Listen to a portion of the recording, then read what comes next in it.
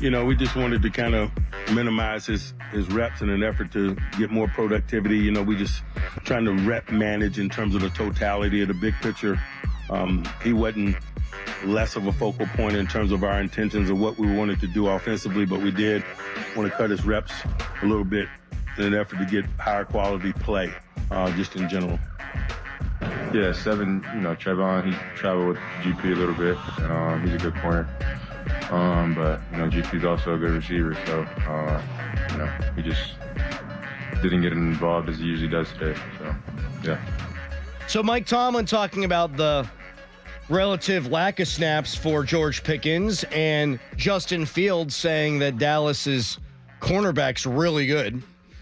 We have had a love-hate relationship with Pro Football Focus on this show, but Diggs, one of the lowest-graded corners in the NFL this season, and seemed like he had his way with George Pickens. George Pickens, who, by the way, was wearing eye black that said open bleeping always, and goes out there and has 3 catches for 26 yards, a long of 21. So the other 2 catches went for 5 yards, targeted 7 times. So the percentage there, also not good. And after the game, Dorin, you had a Cowboys defensive back, Jordan Lewis, walking through the hallway. This is captured on somebody's camera. I saw it all over Twitter. Jordan Lewis goes, "Pittsburgh needs a receiver. George Pickens weak." Now, Jordan Lewis and George Pickens got into it on the final play of the game. It was a petulant penalty, I call it, from Pickens, where he grabs his face mask and throws him to the ground. So the frustration boiling over for Pickens. And one more point of context here. So Tomlin says, yeah, kind of like Cam Hayward, we need to limit the snaps for Pickens so he can be more effective. Cam Hayward, I think 85 years old, Doran? Yeah. I think I got that right. Pretty close. 55 snaps for the 35-year-old. Van Jefferson offensively. Van Jefferson, 47 of 58 snaps. Calvin Austin, 44 of 58 snaps. George Pickens played just 34 of 58 snaps. Mike Tomlin's description, his explanation, made 0 sense to me. What's going on here, man? Very odd. Do they not trust him to block? I mean, we know, because that matters a lot to them. They want guys who can block out there on the edge. But then you got Calvin Austin play more. Can't be the blocking thing. Calvin Austin can't block me. All right, he can block me. It's very, very odd. I mean, there's 2 ways that you can go with this. It's that their personnel in this game was different, and they didn't want George out there because they had a bigger personnel or a heavier personnel because they wanted to run the football. But he still could be that single receiver, and you saw Van Jefferson doing that a lot more. Or George is in the doghouse, and I don't know. I don't really want to say what I'm thinking right now, but there's 2 ways to go with it. There's 2 ways. I mean, the production of a young receiver and limiting that because you're making it almost an equivalent of Cam Hayward, like that makes 0 sense. Yeah, that explanation did nothing for me except wonder if Mike Tomlin's okay. Are you okay, Mike? Because that answer is, well, it's ridiculous, frankly. You have one bona fide threat on offense. One. It's not the first-round running back. He's not getting it done.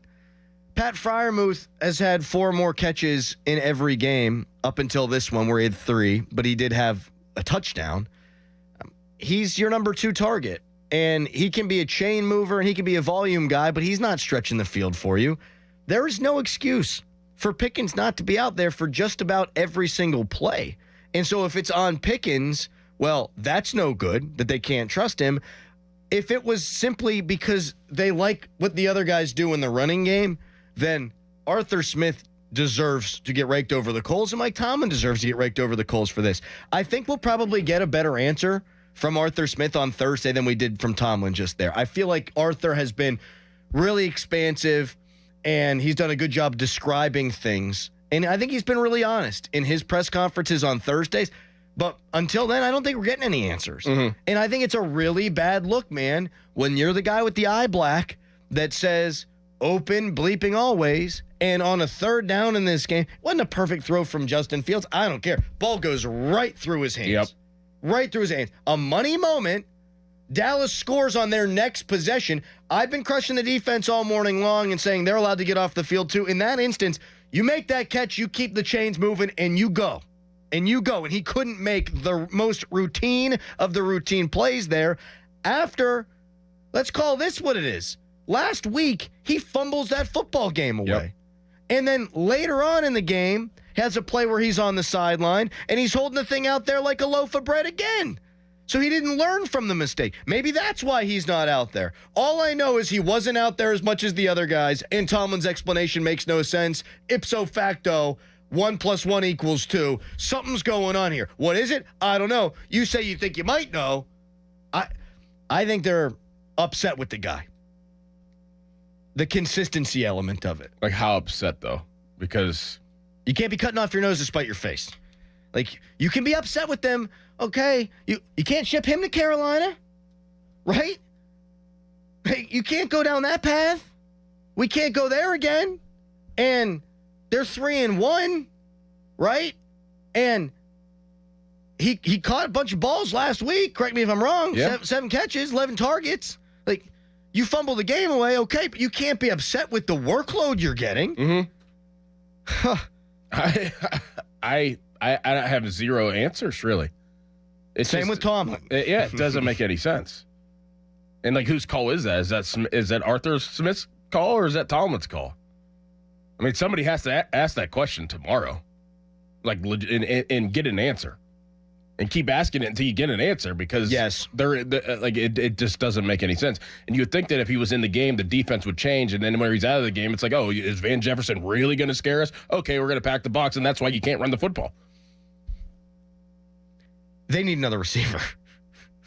I mean, desperately need another receiver. Yeah.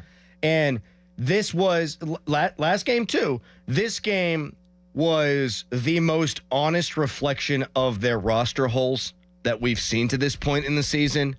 They wanted to take Pickens out of the game. And my biggest problem with Pickens is I think he's easy to take out of it because he gets in his head. For sure. Nailed it. Like, it used to be, I remember you go back to like 2012, 2013 and the Penguins.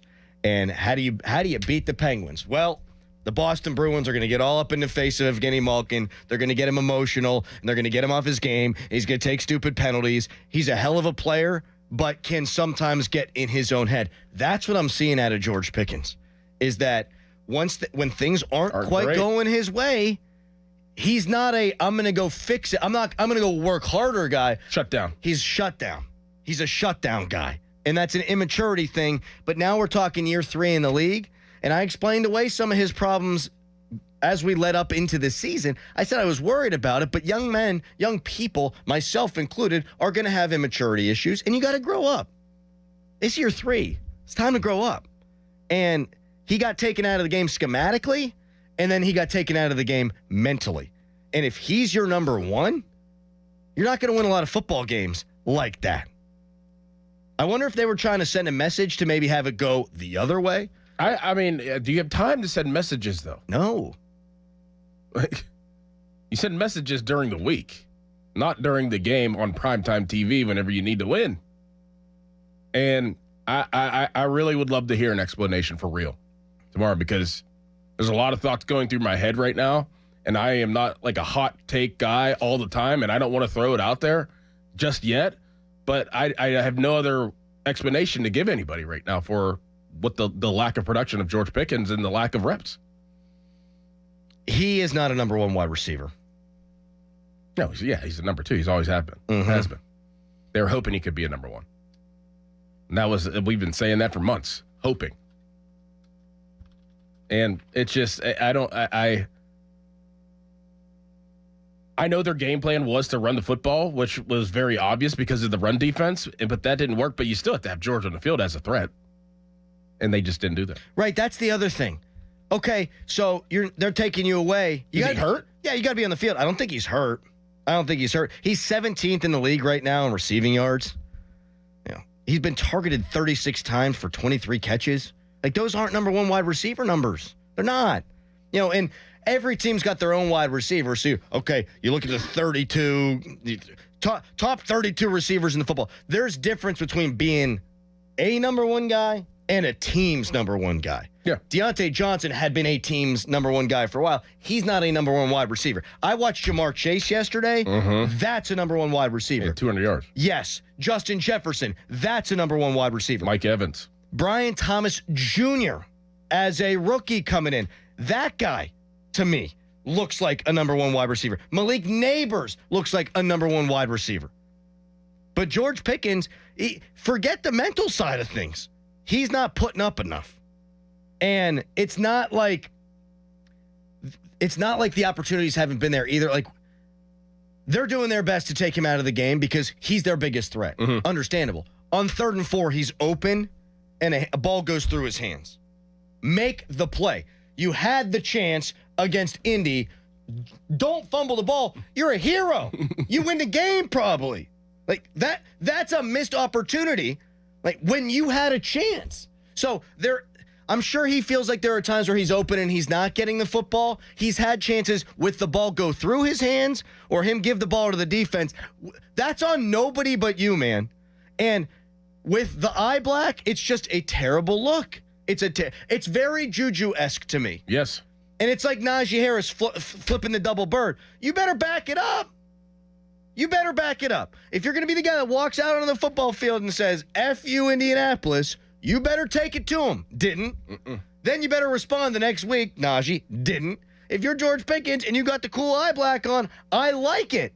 If you go out there and back it up. Didn't back it up.